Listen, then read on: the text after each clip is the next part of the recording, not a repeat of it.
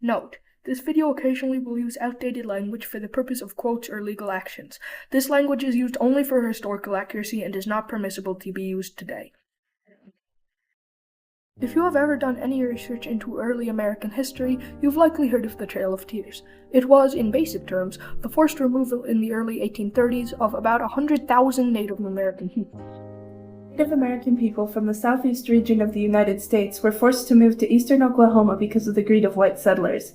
About 15,000 people died on the journey due to exposure, starvation, exhaustion, and disease, not to mention violent force. However, there's a lot more nuance to the situation. Let's start from the relative beginning, which in this case starts getting ground with President Andrew Jackson. Jackson was President of the United States of America from 1829 to 1837. At this time, American settlers resided, for the most part, in or near the original 13 colonies. This was widely because of laws that rightfully protected native land.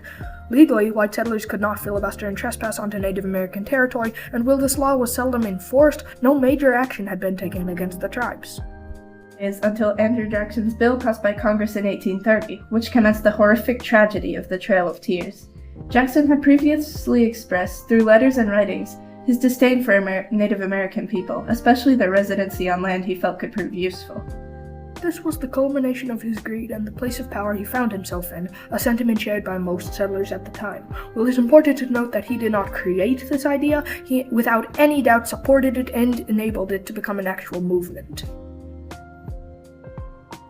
Over the course of the next few years, almost all native folk from the previously specified areas were forced to embark on an extremely dangerous journey over thousands of miles of inhospitable terrain, which an unknown Choctaw leader described as a trail of blood and tears, coining the name Trail of Tears for the first time.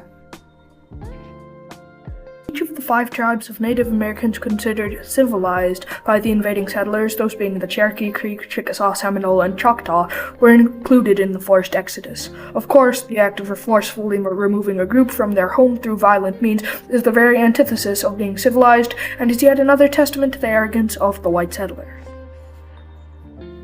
It started with a collection. The government rounded up around 100,000 Native American people, in blatant breach of the previous agreements, and threatened them with violence if they refused to leave their homes, often capturing people at gunpoint. After being held against their will, they were separated into groups dependent on their area, and thus began the process of the ethnic cleansing of 100,000 individuals, including children, forced to migrate 5,000 miles or more, with countless deaths along the way. Travel was difficult, long, and highly hazardous, the flavor of which depended on what group you were forced into. Different Native American tribes were segmented into journeys that took different paths, each with their own tribulations. The first group to be evicted in 1831 were the Choctaw. They had lived in parts of what is now considered as Alabama, Mississippi, and Louisiana. Their land had previously been reduced to 11 million acres by the United States, and as if that wasn't enough, they were then removed. While they did technically sign an agreement with the states, it was due to the pressure put on them by encroaching settlers and oppressive rulings. As George W. Harkins, the chief of the Choctaw Nation at the time, put it, "We as Choctaws rather choose to suffer and be free." Their trail was through Alabama, turning south into Mississippi and traveling through Arkansas before reaching their destination. They faced extreme cold, lack of food and resources, and incompetent guides, with the group having once been led into the Lake Providence swamps where they became lost. Up to 6,000 people died due to those conditions on the road. Interestingly, also around 6,000 Choctaw also stayed after initial removal efforts, where they sadly faced further discrimination, harassment, and even assault. The second nation planned to be relocated was the Seminole, but they refused to be forced from their home. After an agreement of removal was signed by a few Seminole leaders in 1832, many of the Seminole people resisted the United States government's attempts to remove them from their land. This became what is called the Second Seminole War, a conflict that lasted from 1835 to 1842 and ultimately resulted in the forced relocation of many of the Seminole people. However, a considerable amount of Seminole people did evade the removal and stayed on their land in Florida. The Seminole people who were removed from that land endured a journey on a boat from Florida to Louisiana and a long path on land from Louisiana through Arkansas into Oklahoma. The Creek tribe was targeted third and also resisted, but not violently. Their land had been previously reduced by Jackson in 1814 in blatant ignorance of Article 9 of the Treaty of Ghent, which ensured sovereignty of the Native American nations. Afterwards, the Creek Confederacy enacted a law which incriminated any further land cessions.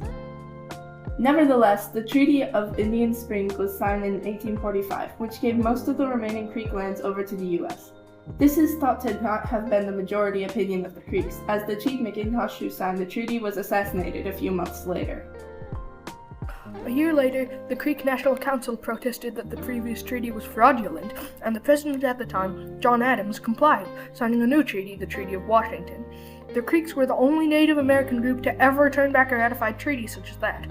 And despite this, the governor of Georgia, George Troup, ignored the ruling and began forcibly removing Creeks en masse, and Adams, fearing civil war, did nothing, famously claiming, "The Indians are not worth going to war over."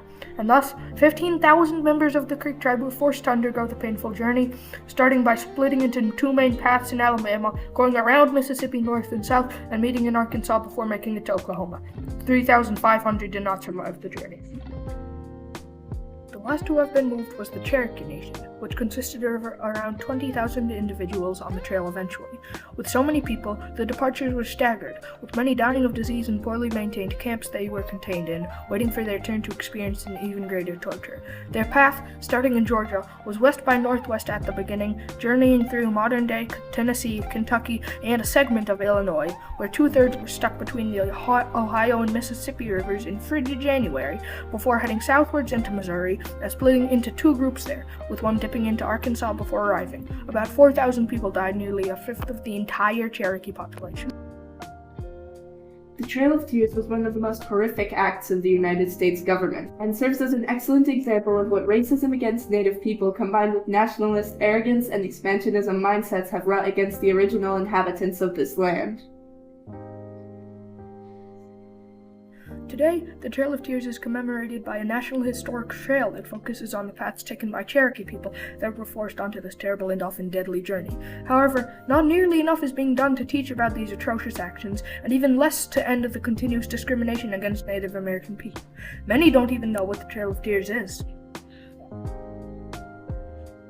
Today, Native Americans are regularly disrespected, and people still don't listen to their stories and history, despite them having lived here long before any European settlers. They live in tiny fractions of the land they rightfully should inhabit, and are continuously stereotyped and further oppressed. The United States, largely the far right, continues to try to silence the past and present stories and voices. So, will a clear solution to this ages-old problem is not yet evident? The first step anyone can take is trying to learn more.